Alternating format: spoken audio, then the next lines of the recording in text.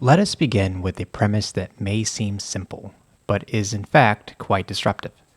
World War I was not experienced by those who lived through it just as any other war. It was, instead, a moment in which the very foundations of modern European thought, progress, rationality, and civilization were called into question. This matters historically because it forces us to move beyond timelines and into interpretation. If we treat World War I merely as a sequence of causes and battles, we miss its deeper significance.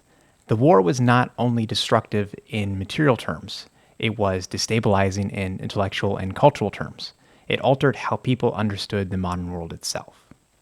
Interestingly, when we examine the voices of those who lived through the period, we find not just shock at the scale of the war, but confusion about how such a war could occur at all. Many had believed that they were living in an age defined by progress. The war did not simply challenge that belief, it shattered it. This tells us something important about the fragility of historical assumptions. What seems stable in one moment can collapse in the next. To understand this rupture, we must begin with the world before 1914. Europe in the early 20th century was marked by a remarkable degree of confidence. Industrial production had transformed economies, urbanization had reshaped societies, and scientific advancement suggested that humanity was mastering the natural world.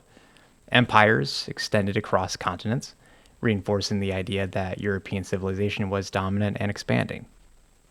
This context matters because it shaped expectations.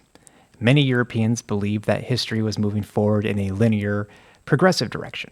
War, if it did occur, was often imagined as a controlled and even constructive force, something that could resolve tensions without undermining the broader trajectory of progress.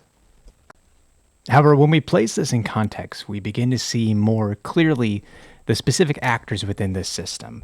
The major European powers, Germany, France, Great Britain, Austria-Hungary, and Russia, were not simply abstract forces, but competing states with distinct ambitions, fears, and strategic cultures. Alongside them stood the weakening Ottoman Empire, whose instability contributed to tensions in Southeast Europe. It's also important to note that contemporaries did not always interpret these developments as signs of impending catastrophe. Instead, they often saw them as part of a normal functioning of a competitive international system. This tells us something important about perception. People do not always recognize the dangers embedded within their own systems. The pre-war world was not peaceful. It was precariously balanced.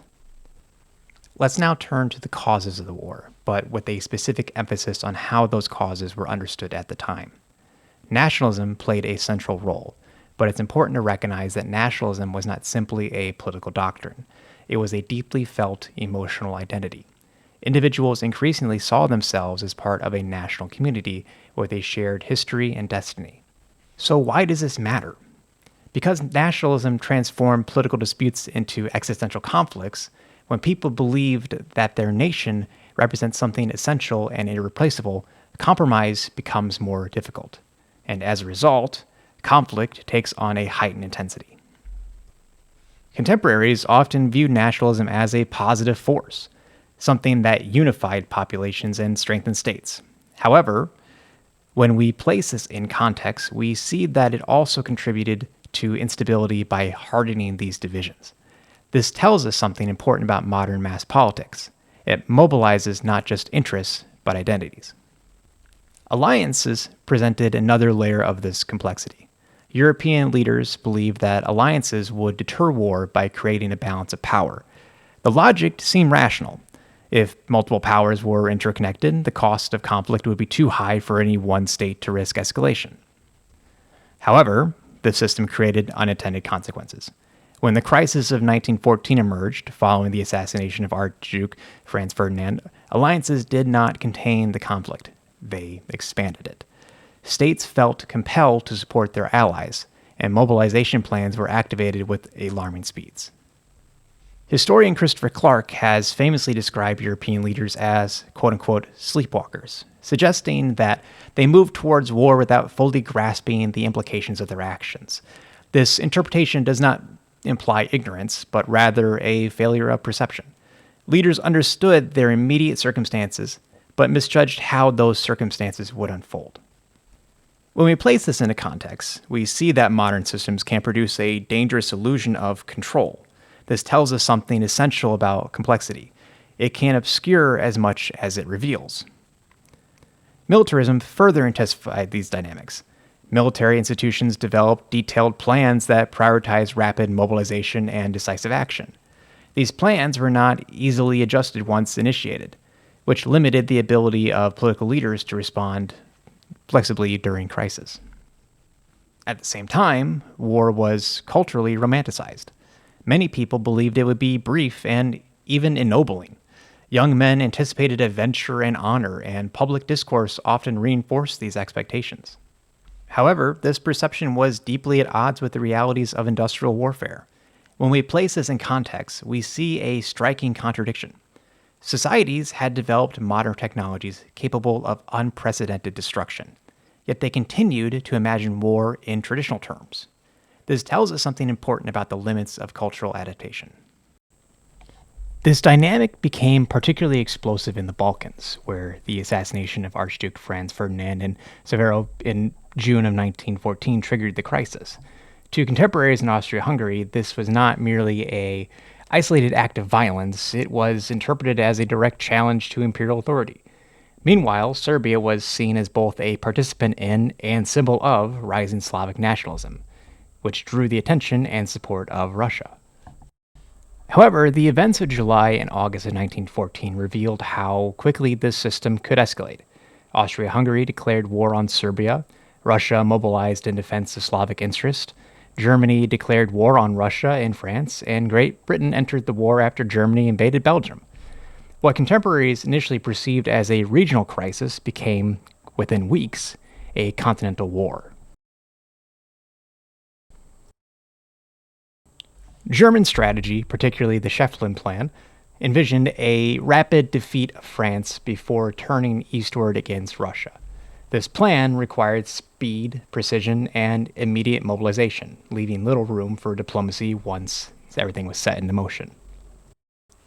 To fully understand the war's impact, we must move beyond its outbreak and examine its progression through distinct stages, each of which reshaped how contemporaries understood this conflict.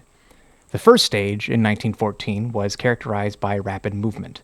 German forces advanced through Belgium into France, aiming to quickly defeat French forces. However, this advance was halted at the First Battle of Marne. This moment is critical because it marked the failure of the expectation that the war would be short and decisive. The second stage, from 1915 to 1917, saw the emergence of stalemate, particularly on the Western Front. Battles such as the Battle of Verdun and the Battle of the Somme became emblematic of this phase. At Verdun, French forces under Philippe Pétain sought to hold their ground at all costs, while German forces attempted to exhaust them through continuous assaults. These battles were not about rapid victory, but about wearing down the enemy. On the Eastern Front, the war remained more fluid, but Russian defeats contributed to internal unrest. This unrest culminated in the Russian Revolution, which removed Russia from the war and fundamentally altered the political landscape of Europe. The final stage, from 1917 to 1918, introduced new dynamics. The entry of the United States into the war brought fresh resources to the Allied side, while Germany launched a final series of offensives in 1918. When these offensives failed, Allied forces pushed forward, leading to the armistice of November 11, 1918. When we place this progress in context, we see that the war evolved from confidence to exhaustion.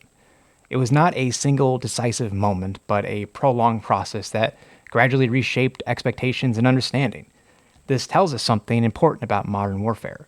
It is often defined not by victory alone, but by endurance and attrition. The outbreak of war in 1914 quickly exposed the gap between expectations and reality. Initial military campaigns gave way to stalemate on the Western Front, where opposing armies dug extensive trench systems that stretched across vast distances.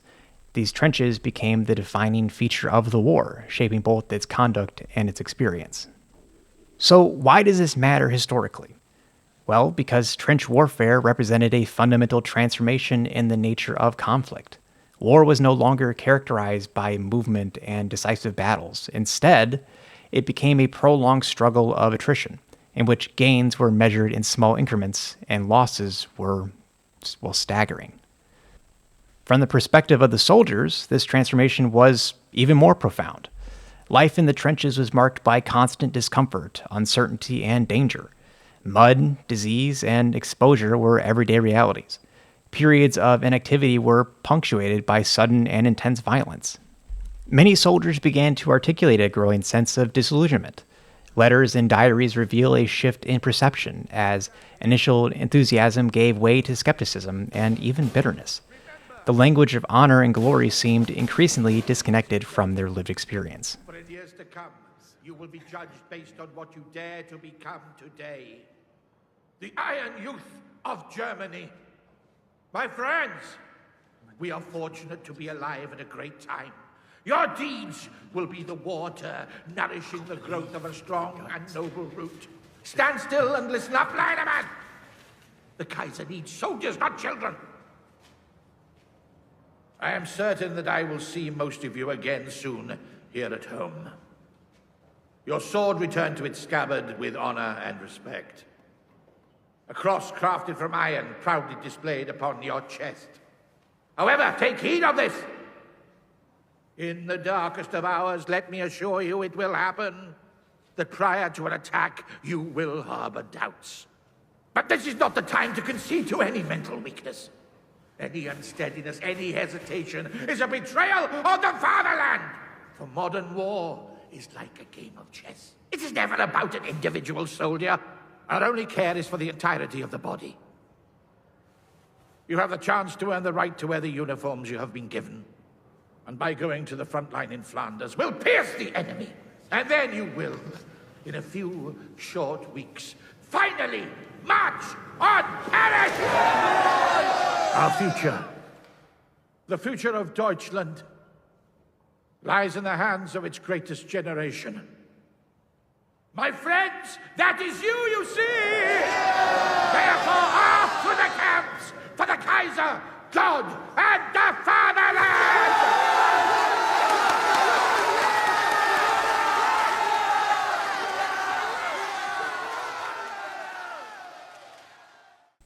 The poetry of Wilfred Owen provides a powerful example of this shift. His work challenges the idea that it is noble to die for one's country, instead emphasizing the brutality and futility of modern warfare. This tells us something important about cultural change. Lived experience can undermine deeply held beliefs. One figure who later gave literary form to this experience was J.R.R. Tolkien, who served as a young officer on the Western Front during the Battle of Somme. Although his later works are often read as distant from modern warfare, traces of trench warfare and trench experience linger in his depictions of devastated landscapes, the endurance of ordinary soldiers, and the quiet trauma carried by survivors. In this way, Tolkien, like Owen, though in a different register, reflects how the war reshaped not only political realities, but the imaginative worlds through which people sought to process loss and suffering. Technological advancements further contributed to this disillusionment. Machine guns, artillery, and chemical weapons made killing more efficient and impersonal. However, military strategies often failed to adapt to these new conditions, resulting in repeated offensives with devastating casualties. When we place this in context, we see a profound mismatch between technological capability and human understanding. This tells us something essential about modernity.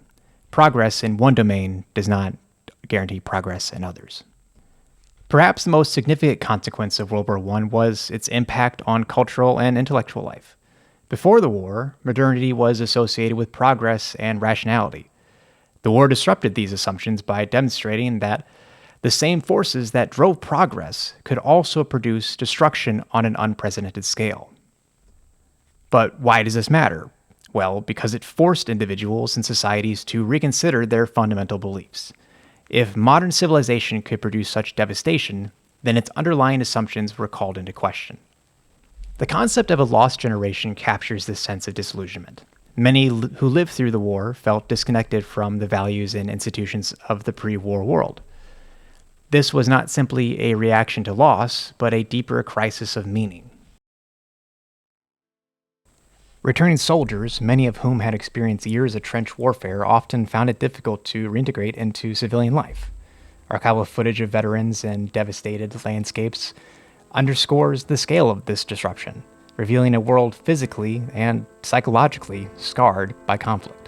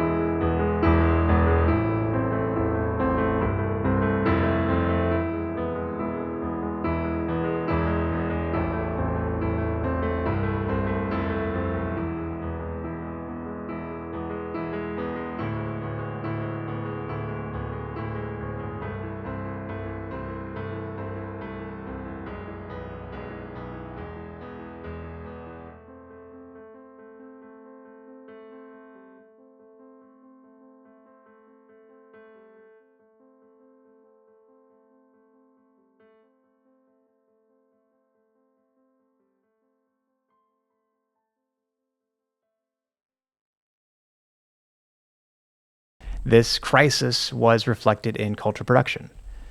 As mentioned before, Tolkien, other literature, art, and philosophy began to explore themes of fragmentation, uncertainty, and alienation. Traditional forms and narratives were rejected in favor of new approaches that attempted to capture the complexity of the modern experience. Again, when we place this into context, we see that World War I marked a turning point in cultural history. It accelerated trends that would shape the 20th century, including modernism and existentialism. This tells us something important about the relationship between historical events and cultural change. Memory and mourning also played a crucial role in shaping post-war societies. Memorials and commemorations became widespread, reflecting a need to honor the dead while grappling with the scale of such loss. However, these acts of remembrance were often marked by ambiguity. They expressed both pride and grief, reflecting the complex emotions associated with the war. This tells us something important about collective memory. It is not fixed, but contested and evolving. Historians have long debated the meaning and causes of World War I, and these debates themselves reveal changing perspectives on modernity. Earlier interpretations often focused on assigning responsibility, with historians such as Fritz Fischer emphasizing the role of German policy. This approach sought clear explanations and identifiable causes. However, more recent scholarship has shifted towards a broader analysis of structural and cultural factors. Historians now examine how perceptions, miscalculations, and shared assumptions contributed to the outbreak of war. This shift reflects a broader change in historical methodology. Rather than seeking simple answers, historians increasingly emphasize complexity and ambiguity. And this tells us something. It's something important about the study of history. It evolves alongside our understanding of the world. As we bring our short lecture to a close, let's return to our central question. Why did World War I represent a crisis of modernity? And the answer lies not only in its causes or its conduct, but in its consequences. The war exposed the limitations of belief that had once seemed secure. It revealed that progress was not inevitable, that rational systems could produce irrational outcomes, and that modern civilization was capable of unprecedented destruction. When we place this in context, again, we see that World War I was a turning point. It marked the transition from confidence to uncertainty, from faith in progress to skepticism about its outcomes. And this tells us something essential about the modern world. Once foundational assumptions are called into question, the effects can be and often are far-reaching. They shape politics, culture, and thoughts in ways that extend far beyond the immediate moment. World War I, then, was not simply a historical event. It wasn't just the Great War. It was a transformation in how people understood their world. And that transformation would define the century that followed.